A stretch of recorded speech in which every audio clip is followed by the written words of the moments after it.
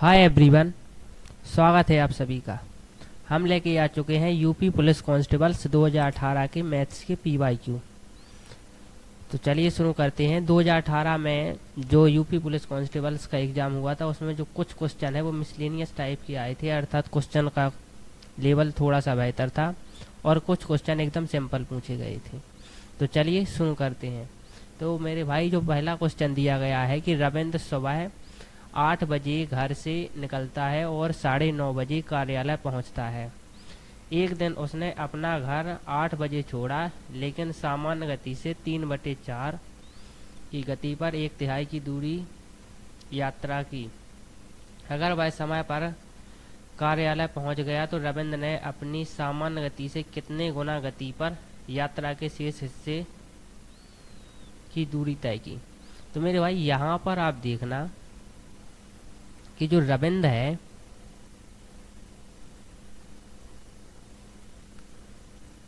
Just a second, जो रविंद्र है वो 8 बजे ऑफिस से निकलता है, 8 बजे, और पहुंचता कितने बजे है? 9:30 बजे। 9:30 बजे। तो मेरे भाई जब 8 बजे निकलता है तो इसने इस यात्रा को 2 बार तय किया है। तो जब वो 8 बजे निकलता है तो अपन ये कह सकते हैं कि दूरी दोनों ही बार कांस्टेंट है, तो अपन दूरी को मान सकते हैं अपने हिसाब से। तो मैंने कहा कि यहाँ से यहाँ तक की दूरी 36 किलोमीटर है। अगर यहाँ से यहाँ तक की दूरी 36 किलोमीटर है और इसको 3 इक्वल्स पार्ट में डिवाइड करें, यहाँ यहाँ, तो मेरे भाई ये जो डिस्टेंस है ये कितनी होगी? 12 किलोमीटर। ये भी 12 किलोमीटर होगी और ये भी 12 किलोमीटर ही होगी। अब मेरे भाई पहले अपन मान रहे हैं कि पहले उसकी स्पीड जो थी वो 4 थी, पहले स्पीड। तो जो उसका 1/3 दूरी है वो जो 12 किलोमीटर की है, 4 की स्पीड से तय करता होगा, 4 की स्पीड से यहाँ और 4 की स्पीड से यहाँ। तो यहाँ पर जो टाइम लगता होगा मेरे भाई वो 3 लगता होगा, वो 3 लगता होगा, वो 3। तो जो टाइम लगता होगा वो टोटल वो यहाँ पर इतना लगता होगा, 3 3 3। लेकिन जब वो कह रहा है कि जब दूसरे टाइम उसने यहाँ से 8 बजे चला और उसने जो अगले 12 किलोमीटर की दूरी है, अर्थात 1/3, जो 12 किलोमीटर की दूरी है मेरे भाई, यहाँ ध्यान से देखना, जो अगले 12 किलोमीटर की दूरी है उसने 3/4, 3/4 का मतलब जो होता है कि अगर उसकी ओरिजिनल स्पीड 4 थी तो उसने 1 कम करके 3 की स्पीड से चला। तो मेरे भाई जब स्पीड उसकी यहाँ पर 3 रही होगी तो 12 किलोमीटर की डिस्टेंस को चलने के लिए उसको 4 टाइम लगा होगा, तो टाइम लिख देंगे 4। अब मेरे भाई वो कह रहा है कि दोनों ही केसेस में जब वो पहली बार ऑफिस गया और दूसरी बार ऑफिस गया टाइम बराबर लगा है। तो यहाँ पर टोटल टाइम कितना लगा है? 3 3 6 तीते का 9 कहेंगे अपन, और यहाँ पर 4 टाइम लग गया है, तो बचा कितना टाइम है? तो अपन कहेंगे 5 टाइम और बचा। और मेरे भाई डिस्टेंस कितनी बची? तो कहेंगे 12 और 12 24 किलोमीटर की डिस्टेंस बची। तो उसने जो यात्रा का शेष भाग है वो 24/5 की स्पीड से तय किया होगा, यही तो होगा मेरे भाई। तो जो यात्रा का शेष भाग उसने 24/5 की स्पीड से तय किया होगा। लेकिन उसने अपन से ये नहीं पूछा कि उसने यात्रा के शेष भाग को किस स्पीड से तय किया, बल्कि उसने अपन से ये पूछा है कि जो उसने शेष भाग है वो जो ओरिजिनल स्पीड है उसके कितने गुना से तय किया है। तो अपन कहेंगे कि x गुना से। तो अपन यहाँ पर लिखेंगे 4 × x = 24/5। तो यहाँ से जो x की वैल्यू निकल के आएगी मेरे भाई वो आएगी 24/5 अपॉन 4। अब अपन करेंगे 4 एकम 4 4 छंग 24, तो x बराबर निकल के आया 6/5। यही उस क्वेश्चन का राइट आंसर होगा। चलिए मेरे भाई अगला क्वेश्चन देखते हैं। अगला क्वेश्चन दिया गया है कि तोहेन और प्रवण किसी कार्य को अकेले क्रमशः 42 मिनट और 70 मिनट में पूरा कर सकते हैं। तो मेरे भाई जो तोहेन दिया गया है टी, एक इसी काम को 42 मिनट में कर सकता है, और जो प्रवण दिया है मेरे भाई वो उसी काम को 70 मिनट में कर सकता है।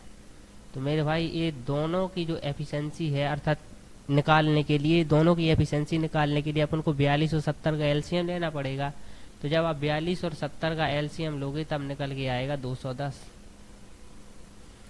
42 में 210 में 42 का भाग देंगे 5 बार जाएगा, और 70 में 210 का भाग देंगे तो 3 बार जाएगा। तो इनकी एफिशिएंसी मेरे भाई 5 और 3 है, तो इनकी एफिशिएंसी 5 है, और प्रवण की एफिशिएंसी जो है वो 3 है। तो ये 1 मिनट में काम कर सकते हैं 8। लेकिन यहाँ पर जो क्वेश्चन के अकॉर्डिंग कहा गया है कि दोनों साथ में काम नहीं करते हैं। यदि एक 1 मिनट के लिए काम करता है तो दूसरा उसके बाद काम को स्टार्ट करता है, तो ये कहेंगे कि दोनों मिलकर 2 मिनट में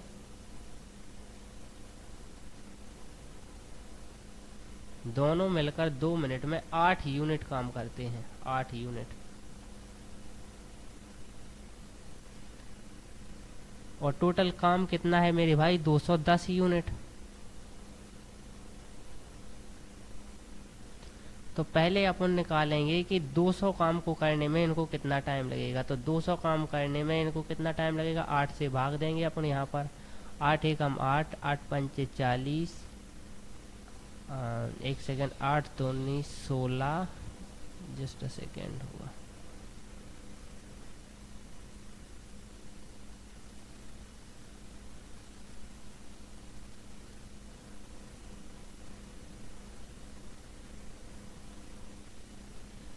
8 दूनी 16 होगा, बचेगा 4, 8 पंचे 40, तो 25 तो आया। लेकिन ये जो काम है मेरे भाई ये 2 मिनट के हिसाब से दिया गया है, तो इनको टोटल जो टाइम लगा है वो सिंगल सिंगल के हिसाब से, माने जब एक काम करेगा तो दूसरा काम नहीं करेगा, तो उस हिसाब से 50 मिनट लग गए मेरे भाई। अभी भी है जो 10 काम और बचा है, 10 यूनिट काम और बचा है। तो 10 यूनिट काम अब किससे स्टार्ट होगा, वापस से तोहन से। तो तोहन जो काम करता है वो 5 काम करता है, तो 1 मिनट और लग जाएगा, 5 काम और हो जाएगा। इसके बाद कितना काम बचा, 5। तो 5 में से जो प्रवण है वो 1 मिनट में 3 ही काम कर पाता है, तो 1 मिनट और लग जाएगा, 3 यूनिट काम हो जाएगा। अब जो काम बचा है वो सिर्फ 2 यूनिट का बचा है, और 2 यूनिट करने के लिए जो जो प्रवण की जो एफिशिएंसी है वो 5 है। तो 2 यूनिट करने के लिए प्रवण को 2/5 मिनट का टाइम लगेगा। तो अपन ये कहेंगे कि 50 मिनट तो यहाँ पर लगे, 2 मिनट यहाँ पर लगे, तो कहेंगे 52 मिनट तो पूरा लग गया, और 2/5 मिनट और लगे। तो 2/5 मिनट को अगर अपन सेकंडों में बदलेंगे लेंगे तो 60 से गुणा करेंगे, तो 5 एकम 5, और यहाँ पर निकल के आएगा 12। तो 52 मिनट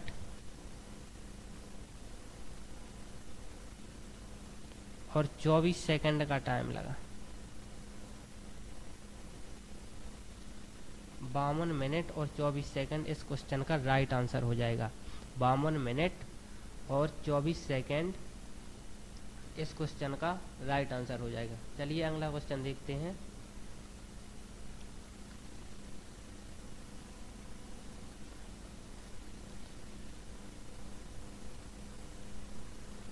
अगला क्वेश्चन मेरे भाई दिया गया है कि एक कमरे में लंबाई, चौड़ाई और ऊंचाई का रेशियो 5:4:2 है। तो यहाँ पर दिया गया है मेरे भाई जो एल, बी और जो एच का रेशियो है मेरे भाई वो दिया गया है 5, 4 और 2। उसके बाद क्या बोला गया है, यदि लंबाई को 20%, चौड़ाई को 25% और जबकि ऊंचाई को 25% कम कर दिया जाए। तो मेरे भाई सबसे पहले यहाँ पर 2 फ्रैक्शन लिख लीजिए, क्योंकि 2 का यूज हुआ है, 20% और 25%। तो मेरे भाई जो 20% की फ्रैक्शन होती है मेरे भाई वो होती है 1/5, और जो 25% की फ्रैक्शन होती है मेरे भाई वो होती है 1/4। तो अब यहाँ पर आप ध्यान से देखना मेरे भाई, पहले अपन केस देख रहा है कि लंबाई के साथ क्या किया गया है। तो लंबाई के साथ उन्होंने क्या किया कि लंबाई को 20% बढ़ाया है। तो 20% की फ्रैक्शन होती है मेरे भाई 1/5। तो अर्थात अगर पहले लंबाई 5 थी तो उस पर 1 की वृद्धि करके 6 कर दिया गया, और पहले लंबाई थी भी कितनी, 5 ही थी। तो अपन ये कहेंगे कि अगर पहले लंबाई यहाँ पर जो वैल्यू 5 दी गई है और यहाँ पर जो वैल्यू दी गई 5, वो दोनों सेम है, तो अपन कहेंगे कि अगर पहले जो लंबाई 5 थी तो अब उस पर 1 की वृद्धि करके अब लंबाई कितनी हो गई, 6 कहेंगे। सेम इसी प्रकार से मेरे भाई चौड़ाई को उन्होंने क्या किया, 25% बढ़ाया है। 25% की फ्रैक्शन होती है 1/4। तो मेरे भाई 1/4 का मतलब क्या है कि पहले अगर चौड़ाई 4 थी तो उस पर 1 की वृद्धि करके 5 हो गई, और पहले थी कितनी, इस रेशियो के अकॉर्डिंग भी पहले 4 ही थी, इस रेशियो के अकॉर्डिंग भी पहले 4 ही थी। तो 4 पर 1 की वृद्धि करके कितना कर दिया गया है, 5 कर दिया गया है। बहुत अच्छी बात। फिर क्या कहा गया है कि जबकि ऊंचाई को 25% कम हो जाती है मेरे भाई, तो 25% जो है ऊंचाई को कम कर दिया गया है, और 25% की फ्रैक्शन मेरे भाई होता है 1/4। तो अर्थात पहले 4 थी तो अब उस पर 1 की कमी करके 3 कर दिया गया होगा। लेकिन मेरे भाई जो पहले हाइट दी गई है, यहाँ पर आप देखना, जो पहले हाइट दी गई है अब वो 4 नहीं दी गई है। अब जो पहले हाइट दी गई है वो 4 नहीं दी गई, अब यहाँ पर 2 दी गई है। तो इस 1/4 को क्या अपन ऐसा लिख सकते हैं कि यहाँ भी 2 से भाग दिया जाए और यहाँ पर भी 2 से भाग दिया जाए। तो यहाँ अपन भाग दे रहा है, 1 सेकेंड, जस्ट अ सेकेंड, आप ध्यान से देखना। यहाँ पर थोड़ी सी दिक्कत होगी आपको समझने में, लेकिन बहुत बढ़िया तरीका है। 1 सेकेंड, जस्ट अ सेकेंड।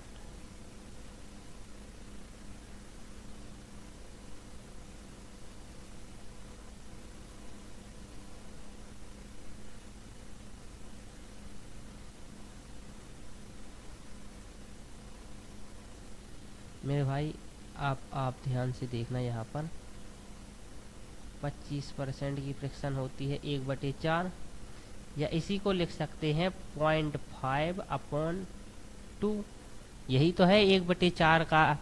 1/4 में जब अपन 2 से भाग ऊपर देंगे और 2 से भाग नीचे देंगे तो 0.5/2 लिख सकते हैं कि नहीं, एकदम सही लिख सकते हैं। तो यहाँ से जो निकल के आ रहा है इसके अकॉर्डिंग कह रहा है कि अगर पहले जो ऊंचाई थी वो 2 थी तो अब उस पर आधे की कमी करके 1.5 कर दी गई होगी, और यहाँ पर भी हाइट थी कितनी, 2 थी, तो 2 पर आधे की कमी करके 1.5 अर्थात 1.5 कर दी गई होगी। और मेरे भाई जो चारों दीवारों के क्षेत्रफल का जो फॉर्मूला होता है वो होता है 2HL+B। तो यहाँ पर रखेंगे कि जो पहले जो क्षेत्रफल था वो कितना था, लिखेंगे 2H का मान पहले 2 था, लंबाई का मान पहले 5 था और चौड़ाई का मान 4 था। तो यहाँ से निकल के आ गया 5 4 9, 9 दूनी 18, दूनी 36। तो पहले जो क्षेत्रफल था 36 यूनिट स्क्वायर था, लेकिन अब जो है नाव, अब जो क्षेत्रफल है वो कितना है, 2 इंटू H का मान कितना है, 1.5 है, और हाइट माने लंबाई का मान 6 है और चौड़ाई का मान 5 है। तो 6 और 5 निकल के आया 6 और 5 निकल के आया 11, और 11, और यहाँ पर 1.5 से गुणा 2 से करेंगे तो 3 आएगा निकल के, तो हो जाएगा 11 × 33।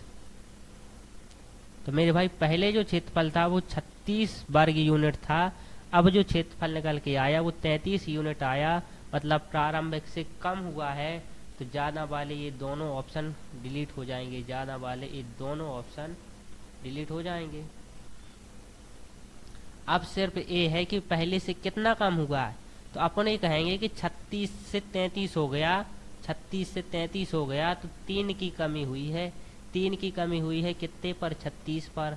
तो अपन लिखेंगे प्रारंभिक से 3/36 कम हो गया, और 3/36 को क्या अपन 1/12 नहीं लिख सकते। तो ये कहेंगे कि पहले अगर क्षेत्रफल 12 था तो अब उस पर 1 की कमी हो गई है, और इस क्वेश्चन का राइट आंसर हो जाएगा कि प्रारंभिक क्षेत्रफल का 1/12 कम हो जाएगा। चलिए अगला क्वेश्चन देखते हैं। अगला क्वेश्चन दिया गया है मेरे भाई कि राजेश 5 मीटर प्रति सेकंड की गति से पैदल चल सकता है, या 20 मीटर प्रति सेकंड की गति से साइकिल चला सकता है। वह परिवहन के दोनों तरीकों के संयोजन से 600 मीटर की दूरी तय करने के लिए 45 सेकंड लेता है। राजेश ने कितनी देर तक साइकिल चलाई? तो मेरे भाई इस क्वेश्चन को कराने के दो तरीके बता रहा है अपन। आप किसी भी तरीके से कर सकते हैं। पहला तरीका देख लीजिए कि माना कि साइकिल से उसने x दूरी तय की।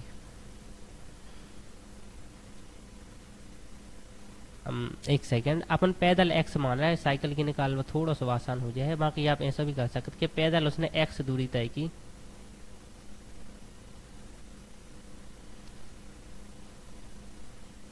तब साइकिल से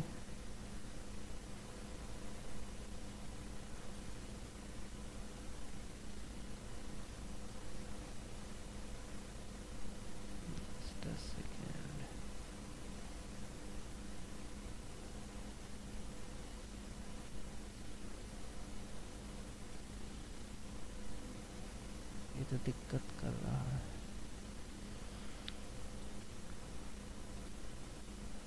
साइकिल से 600 माइनस x डिस्टेंस तय की होगी। तो अब आप यहाँ से देखना कि जो समय का फॉर्मूला होता है मेरे भाई, समय बराबर होता है मेरे भाई दूरी बटे चाल।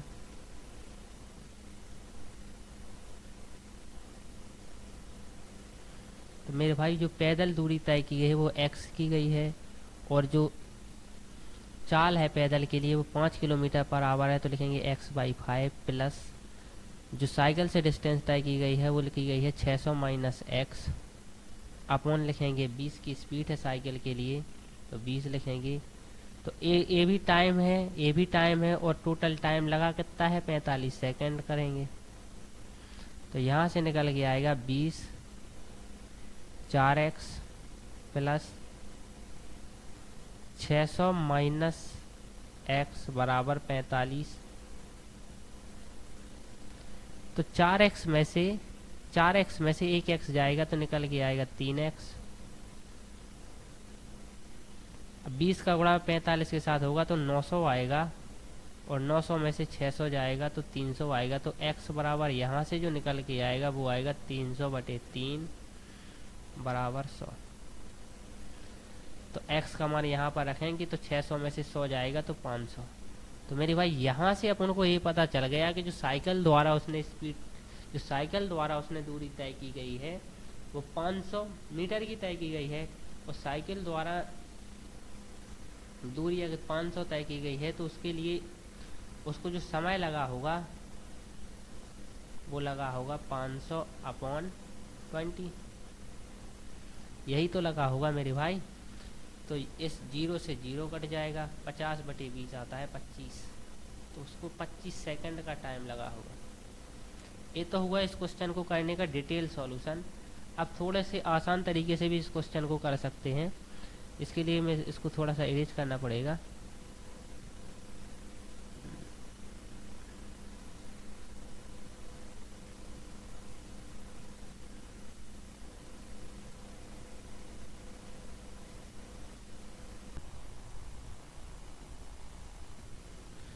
दूसरा तरीका ये हो सकता है मेरे भाई इस क्वेश्चन को सॉल्व करने का कि अपन यहाँ कहेंगे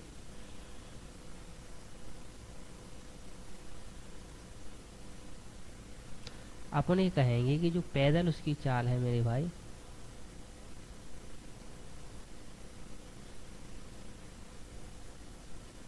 और जो साइकिल से उसकी चाल है,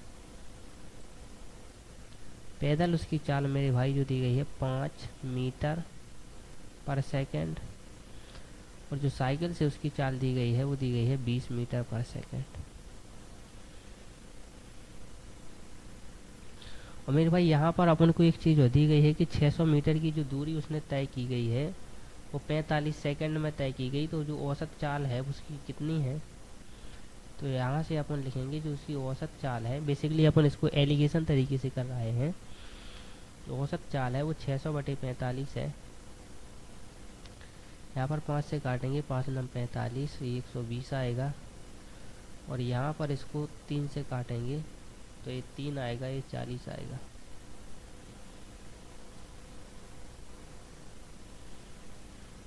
तो 40/3 आई इनकी औसत चाल।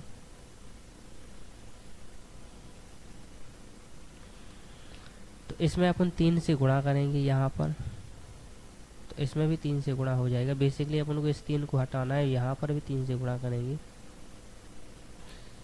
तो आप ध्यान से देखना,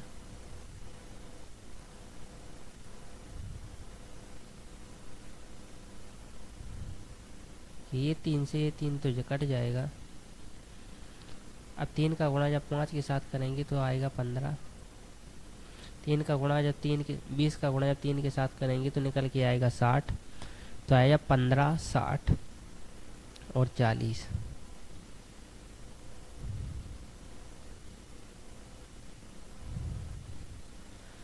मेरे भाई 60 में से 40 जाएगा तो यहाँ से निकल के 20 आएगा। सेम इसी प्रकार से 40 में से 15 जाएगा तो यहाँ से निकल के 25 आएगा। एलिगेशन में बड़ी संख्या में से छोटी को घटाते हैं।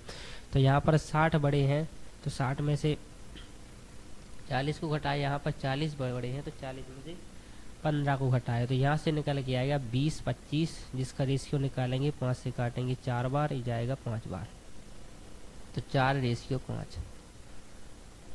और मेरे भाई जब भी एलिगेशन में कभी भी यदि चाल के ऊपर एलिगेशन को लगाया जाए, यहाँ पर चाल के ऊपर तो एलिगेशन को लगाया है, तो जो रेशियो निकल के आता है वो आता है हमेशा ही समय का। तो मेरे भाई जो समय का रेशियो दिया गया है 4:5 दिया गया है। 5 अर्थात साइकिल, 4 अर्थात पैदल। तो अर्थात उन्हें 5 और 4 9 यूनिट का जो समय लगा है उसकी वैल्यू क्वेश्चन में दी गई है 45 सेकंड। तो बेसिकली अपन को 5 यूनिट की वैल्यू निकालना है, तो 5 यूनिट की वैल्यू अपन यहाँ से निकालेंगे। 9 एकम 9, 9 पाना 45 और 5 का गुणा 5 के साथ करेंगे तो यहाँ से निकल के आएगा 25 सेकंड।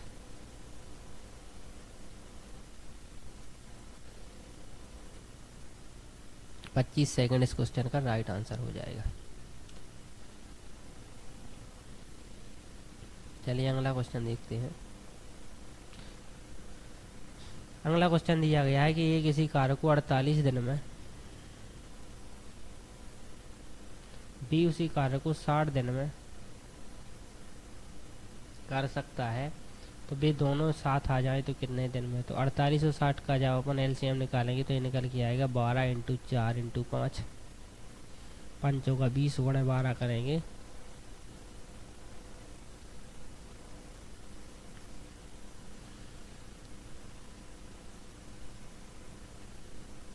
तो ये निकल के आएगा 240। तो 48 का भाग जब 240 में देंगे तो ये 5 बार जाएगा और 60 का भाग देंगे तो ये 4 बार जाएगा। तो यानी कि जो टोटल एफिशिएंसी है मेरे भाई वो 9 है और टोटल काम जो है वो 240 है। तो 240/9 करेंगे तो यहाँ से जो निकल के आया वो निकल के आया 9 दूनी 18, 6 9 छक्के 54, बचा 6/9, तो 26 मिनट और 6/9, 6/9 है मिनट हैं, इनको बदल लेंगे सेकंड में तो 60 से गुणा करेंगे तो 26 मिनट तो निकल के आ ही गया। तो यहाँ से काटेंगे 3 दूनी 6, 3 तिरक 9, 3 एकम 3, 20, 20 दूनी 40, तो 26 मिनट 40 सेकंड। चलिए अगला क्वेश्चन देखते हैं। अगला क्वेश्चन दिया गया है कि 18, 27 और एक अन्य तीसरी संख्या का औसत 30 है, तो तीसरी संख्या बताइए। मेरे भाई जो औसत दिया गया है वो 30 दिया गया है। एक संख्या बोल रहा है 18 है, दूसरी संख्या बोल रहा है 27 है, तीसरी संख्या अपन मान रहा है x है।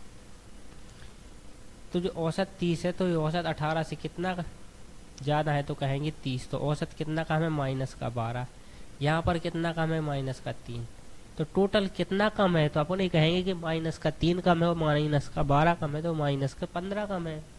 तो ये अगर दोनों वैल्यू माइनस का 15 कम है तो इस वैल्यू को प्लस का 15 होना चाहिए, तभी तो न्यूट्रल होगा। आपने कहा बिल्कुल ठीक। तो ये अगर प्लस 15 होगी तो 30 में 15 को ऐड करेंगे तो जो औसत के लिए जो तीसरी वैल्यू होगी वो 45 होगी।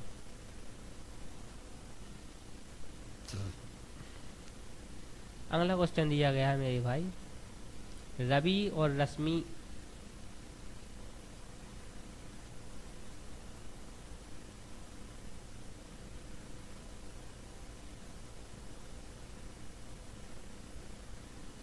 जो रवि ने जो पैसे निवेश किए हैं मेरे भाई वो 150 हैं, और जो रश्मि ने पैसे निवेश किए हैं वो 200 हैं। इनका रेशियो निकालेंगे तो निकाल के आएगा 3:4 0। 5 से काटेंगे, इन्हें 3 बार जाएगा, ये 5 से काटेंगे 4 बार जाएगा। निवेश का रेशियो 3:4 आया। और जो लाभ का रेशियो दिया गया है मेरे भाई, जो लाभ का रेशियो रवि और रश्मि के बीच में दिया गया है 1:2 का दिया गया है। अब उनको ये पता है कि जो रश्मि है, यदि 12 महीनों का लाभ रवि और रश्मि को 1:2 के अनुपात में साझा किया गया है, लेकिन रवि ने जो पैसे है वो कुछ महीने बाद अपने पैसे वापस ले लिया था। तो रवि का तो नहीं पता उसने कितने दिन के लिए पैसे लगाए हैं लेकिन निवेश किए हैं, लेकिन रश्मि का पता है कि उसने 12 महीने के लिए निवेश किया गया है।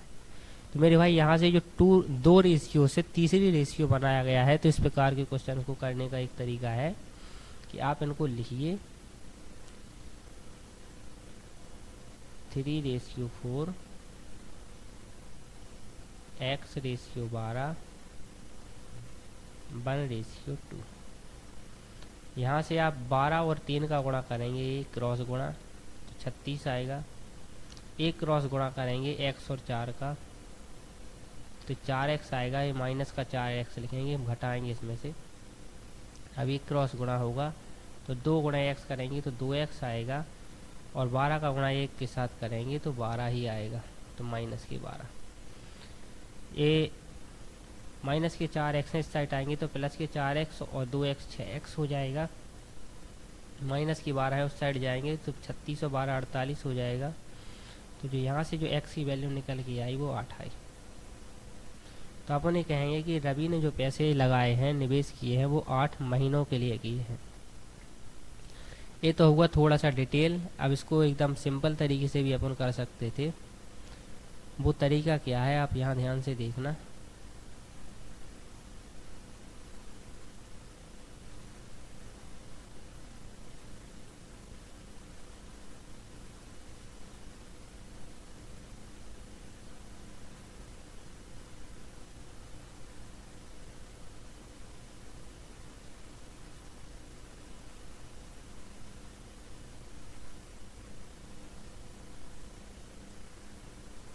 कि जो उनके निवेश का जो रेशियो दिया गया है मेरे भाई वो 3:4 है रवि और रश्मि का। लेकिन अपन को रश्मि का पता है कि उन्होंने 12 महीने के लिए निवेश किया, लेकिन रवि का नहीं पता, तो अपन लिखेंगे x महीने के लिए समय। और जो लाभ मेरे भाई अपन को दिया गया है वो 1:2 दिया गया है। तो इन दोनों रेशियो के गुणनफल से ही ये बनता है, अर्थात अपन ये लिखेंगे कि जो लाभ होता है वो समानुपाती होता है किसका, निवेश का। दूसरा जो लाभ समानुपाती होता है वो होता है समय का। तो मेरे भाई इन दोनों के मल्टीपल से ही ये बना है। तो अपन ये लिखेंगे कि 12 चौको 48, जो 48 वैल्यू है मेरे भाई वो 2 यूनिट की है। तो अपन को इस 1 यूनिट की वैल्यू निकालनी है, तो 1 यूनिट की वैल्यू 24 आएगी। तो यहाँ से अपन को ये पता है कि 3 और x का गुणजन जब करेंगे तो वैल्यू निकल के 24 आएगी। तो x का मान लिखेंगे 24/3 8। ये इस क्वेश्चन को करने का एक और तरीका है। चलिए अगला क्वेश्चन देखते हैं। अगला क्वेश्चन मेरे भाई दिया गया है 10% वार्षिक चक्रवृद्धि ब्याज दर पर 1400 रुपये का 2 साल का ब्याज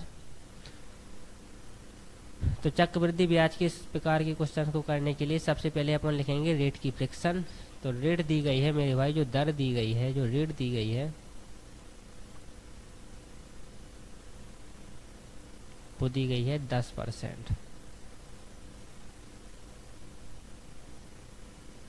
10% की फ्रिक्शन होती है मेरे भाई 1/10।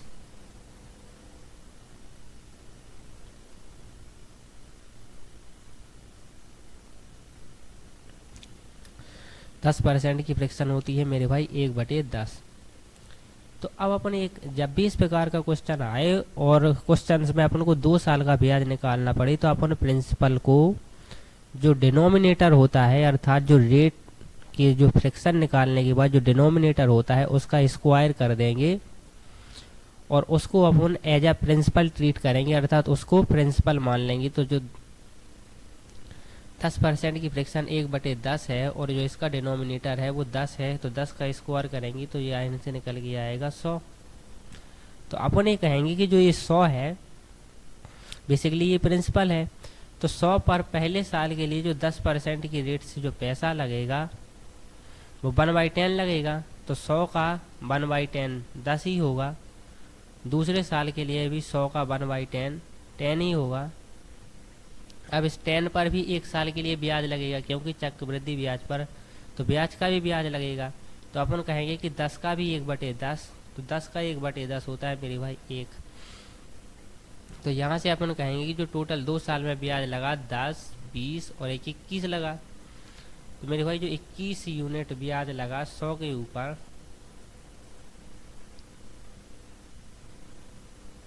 तो 1400 के ऊपर कितना, तो 2 जीरो से 2 जीरो कट जाएंगे, क्योंकि जो मेरे भाई जो अपन ने जो प्रिंसिपल माना है वो 100 है, लेकिन जो एक्चुअल प्रिंसिपल क्वेश्चन के अकॉर्डिंग दिया गया है वो तो 1400 है। तो इस हिसाब से अपन को 1400 से यहाँ पर गुणा करना पड़ेगा। यहाँ पर 21 गुणे 14 करेंगे तो यहाँ से निकल के आएगा 294। 14 एकम 14 दूनी 28 और 1 29, तो 294 इस क्वेश्चन का राइट आंसर हो जाएगा। चलिए अगला क्वेश्चन देखते हैं। अगला क्वेश्चन साधारण ब्याज से है। यहाँ पर 4% रेट दी गई है, समय 3 साल दिया गया है, 2500 प्रिंसिपल दिया गया है, सिर्फ SI को निकालना है। तो इसके लिए तो एक फॉर्मूला होता है SI बराबर P into R into T by 100।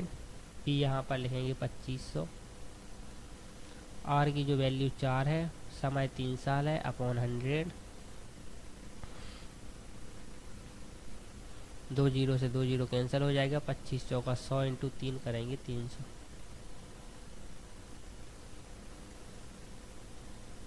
300 इस क्वेश्चन का राइट आंसर हो जाएगा। चलिए मेरे भाई अगला क्वेश्चन देखते हैं।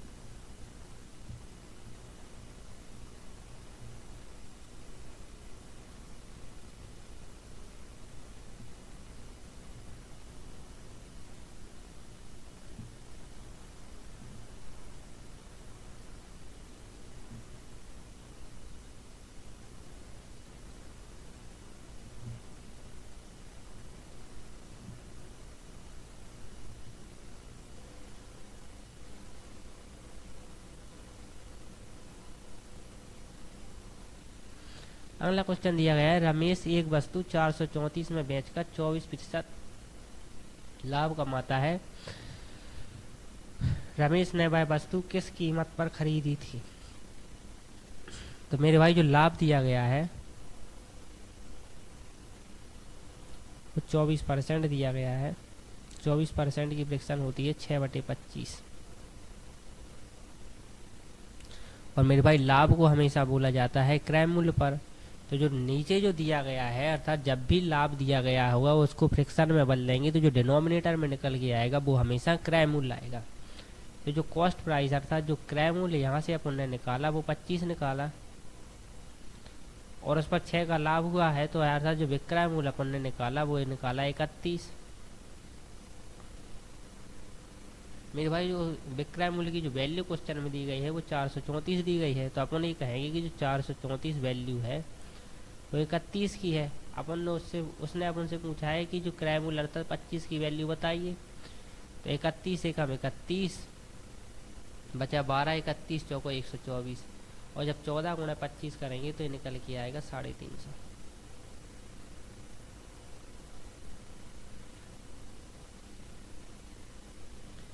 एक क्वेश्चन दिया गया है कि 12%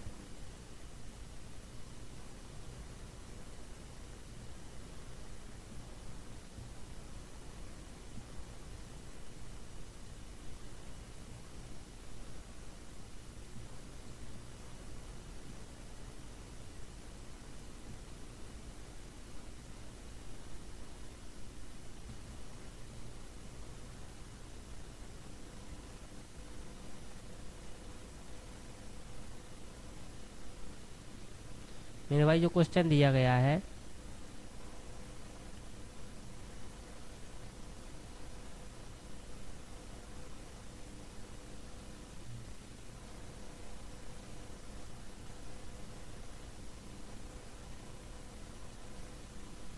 क्वेश्चन दिया गया है कि 12% की छूट देने के बाद एक खिलौना 132 में बेचा गया, खिलौने का अंकित मूल्य याद कीजिए। तो मेरे भाई जो छूट दी गई है वो 12% दी गई है। 12% की जो फ्रैक्शन होती है मेरे भाई वो होती है 3/25,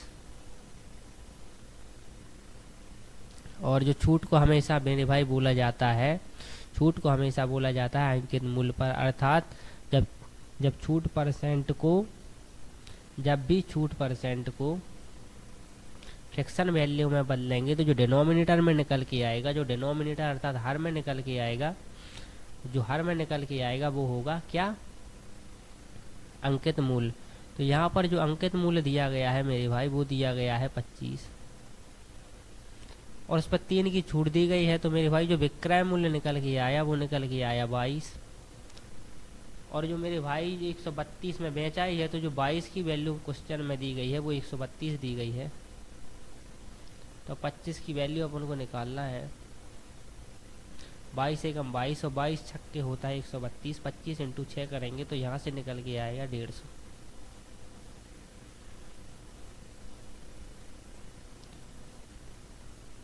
चलिए अगला क्वेश्चन देखते हैं। 35 का 12% ज्ञात कीजिए, तो लिखेंगे 35 इंटू 12/100, 4 से काटेंगे 4 × 3 = 12, 25 आएगा। 35 × 3 करेंगे 105 आएगा। 105/25 करेंगे तो 25 चौका 100 आएगा, बचेगा 5, 25 दूनी 50 होगा।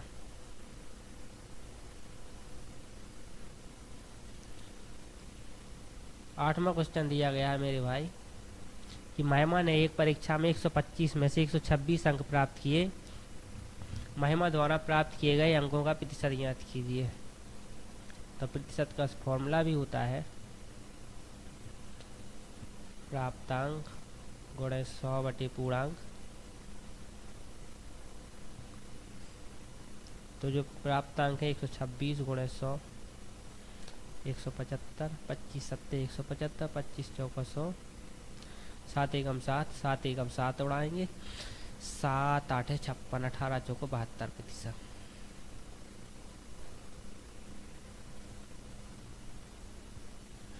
चलिए अगला क्वेश्चन देखते हैं। अगला क्वेश्चन दिया गया है कि यदि 21 चॉकलेट 5:2 के अनुपात में साझा की गई हैं तो छोटे हिस्से में कितनी चॉकलेट होंगी। तो मेरे भाई जो टोटल चॉकलेट है वो 21 है, और जो रेशियो दिया गया है मेरे भाई 5:2 दिया गया है।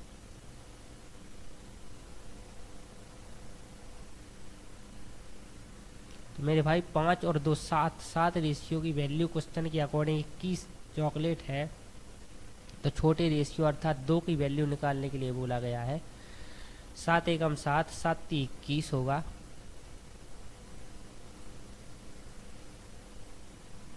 3 9 6 होगा, तो 6 इस क्वेश्चन का राइट आंसर होगा। चलिए अगला क्वेश्चन देखते हैं। अगला क्वेश्चन दिया गया है मेरे भाई कि 15, 30 और 24 का लघुत्तम समापवर्तक ज्ञात कीजिए। तो पहले तो ऑप्शन से ही अपन कर सकते हैं कि 60 में अपन इन तीनों संख्याओं से भाग देंगे, तो अपन को पता है कि 24 का भाग जब 60 में देंगे तो शेषफल बचेगा, ये हो नहीं सकता। सेम इसी प्रकार से अपन 240 और 180 में नहीं देंगे, पहले छोटी संख्या 120 में देंगे, क्योंकि लघुत्तम समापवर्तक की परिभाषा होती है कि भाई छोटी से छोटी संख्या जो तीनों को डिवाइड कर दे, तो पहले छोटी से ट्राई किया जाता है। तो जब 120 से ट्राई अपन करेंगे तो अपन को ये पता है कि जो ये 15 भी 120 को काट देगा, 30 भी काट देगा और 24 भी काट देगा, तो यही आंसर हो जाएगा, क्योंकि अन्य दो संख्याएं 120 से बड़ी हैं। तो ये इस क्वेश्चन को करने का पहला तरीका होगा। दूसरा तरीका ये हो सकता है मेरे भाई,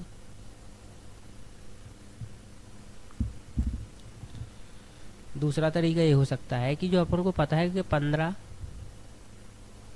30 और 24,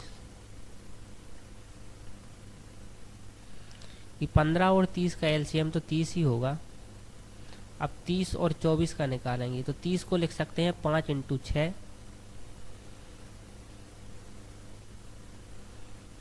और 24 को लिख सकते हैं 6 × 4।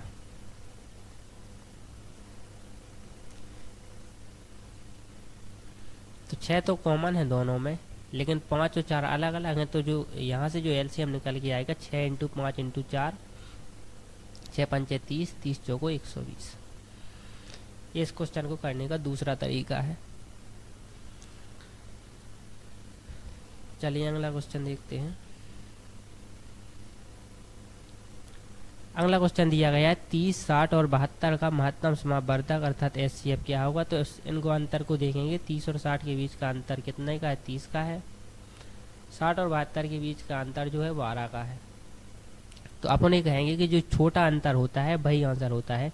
तो अपन ये कहेंगे कि या तो आंसर 12 है या इसका कोई गुणज है। तो अपन यहाँ पर लिखेंगे कि जो 12 के गुणज होते हैं मेरे भाई, वो क्या क्या होते हैं, 1 और 12 होता है, 2 और 6 होता है। अपन इस 6 को देखेंगे कि 6 30, 60 और 72 इन तीनों को काट सकता है क्या, अपन कहेंगे यस। तो इस 6 इस क्वेश्चन का राइट आंसर हो जाएगा। ये दूसरा तरीका है। पहला तरीका ये है कि इन तीनों को अपन ट्राई करेंगे, जो बड़ी से बड़ी संख्या इसको डिवाइड कर देगी भाई आंसर हो जाएगा। तो अपन को ये पता है कि 12 तो 30 को डिवाइड नहीं करता, तो ये होगा नहीं। 6 से अपन ने जब ट्राई किया तो आंसर आ जाएगा। दूसरा तरीका ये है कि इन दोनों के बीच का अंतर देखेंगे, जो 12 आएगा अपन ये कहेंगे या तो 12 होगा या उसका कोई गुणज होगा। तो 12 के गुणज निकाले अपन ने तो 2 और 6 आ गए, तो 6 से अपन ने इन तीनों को ट्राई किया तो हो गया। तीसरा तरीका ये हो सकता है कि आप यहाँ पर लिखिए 30, 60 और 72 को। अब अपन यहाँ से सिर्फ कॉमन संख्या से भाग देते जाएंगे, जो तीनों को एक साथ डिवाइड कर दें। तो अपन लिखेंगे 2, जो है तीनों को एक साथ डिवाइड कर सकता है। तो यहाँ पर 15 आएगा, यहाँ पर 30 आएगा, यहाँ पर 36 आएगा। अब 2 इन तीनों को एक साथ डिवाइड नहीं कर सकता, अब 3 कर सकता है। तो यहाँ पर 5 आएगा निकल के, यहाँ पर 10 आएगा और यहाँ पर 12 आएगा। अब 15, 10 और 12 को कोई भी संख्या एक साथ डिवाइड नहीं कर सकती, तो अपन कहेंगे 3 × 2 अर्थात 6 इस क्वेश्चन का राइट आंसर हो जाएगा। 6 इस क्वेश्चन का एचसीएफ महत्तम समापवर्तक होगा। चलिए चौथा क्वेश्चन देखते हैं। चौथा क्वेश्चन दिया गया है कि 4/5 और 2/3 के बीच का अंतर। 3 और 5 का एलसीएम 15 आएगा, 3 का 12 होगा, 5 दूनी 10 होगा। 12 में से 10 जाएगा, 2/15।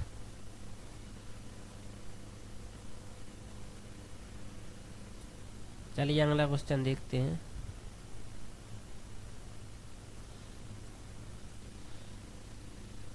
अगला क्वेश्चन दिया गया है 9.87, 6.54 और 3.31। 21 को ऐड करना है मत।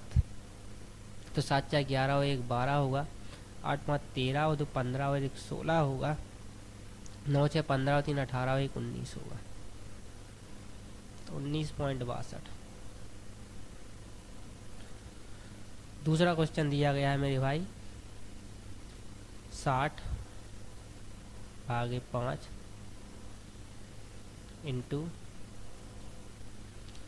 16 माइनस 8 भागे 2 इंटू 3। 2 का भाग 8 में देंगे 4 बार जाएगा और 16 में से 4 जाएगा 12 निकल के आएगा, तो 12 इंटू 3 60 भागे 5 इंटू 5 का भाग जब 60 में देंगे तो ये 12 बार जाएगा, 12 का गुणा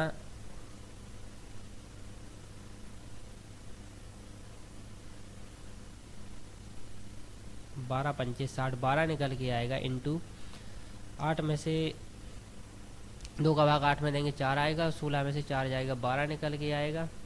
यहाँ पर भाग का सिंबल है, 1 सेकेंड।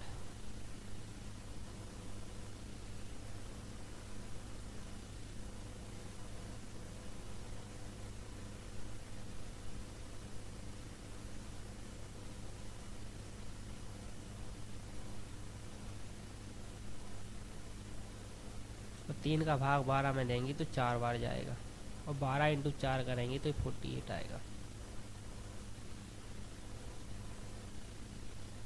लास्ट क्वेश्चन दिया गया है, नीचे दी गई संख्याओं में कौन सी संख्या वर्ग नहीं है। तो मेरे भाई सबसे पहले इनका अंतिम 2 डिजिट देखिए, 2 और 5 है, 2 और 5 है, 2 और 5 है, 2 और 5 है। तो अपन जानते हैं कि जब भी लास्ट की 2 डिजिट 2 और 5 होती हैं तो जो संख्या होती है वह उसका इकाई का अंक होता है वह 5 होता है, क्योंकि जब 5 किसी भी संख्या की इकाई का अंक 5 होगा और उसके वर्ग को अपन करेंगे तो वो 2 और 5 देगा ही देगा। तो अपन ये कहेंगे कि उसके इकाई का अंक 5 होगा। दूसरी चीज कि जो अगली दो संख्याएं हैं, जो अगली दो संख्याएं हैं वो लगातार संख्याओं के गुणनफल के रूप में होगी, लगातार संख्याओं के गुणनफल के रूप में होगी, लगातार। जैसे ये 12 दिया गया है तो ये 4 इंटू 3 है, तो ये लगातार संख्याएं हैं। सेम इसी प्रकार से जो 20 है वो भी लगातार संख्या 5 इंटू 4 है।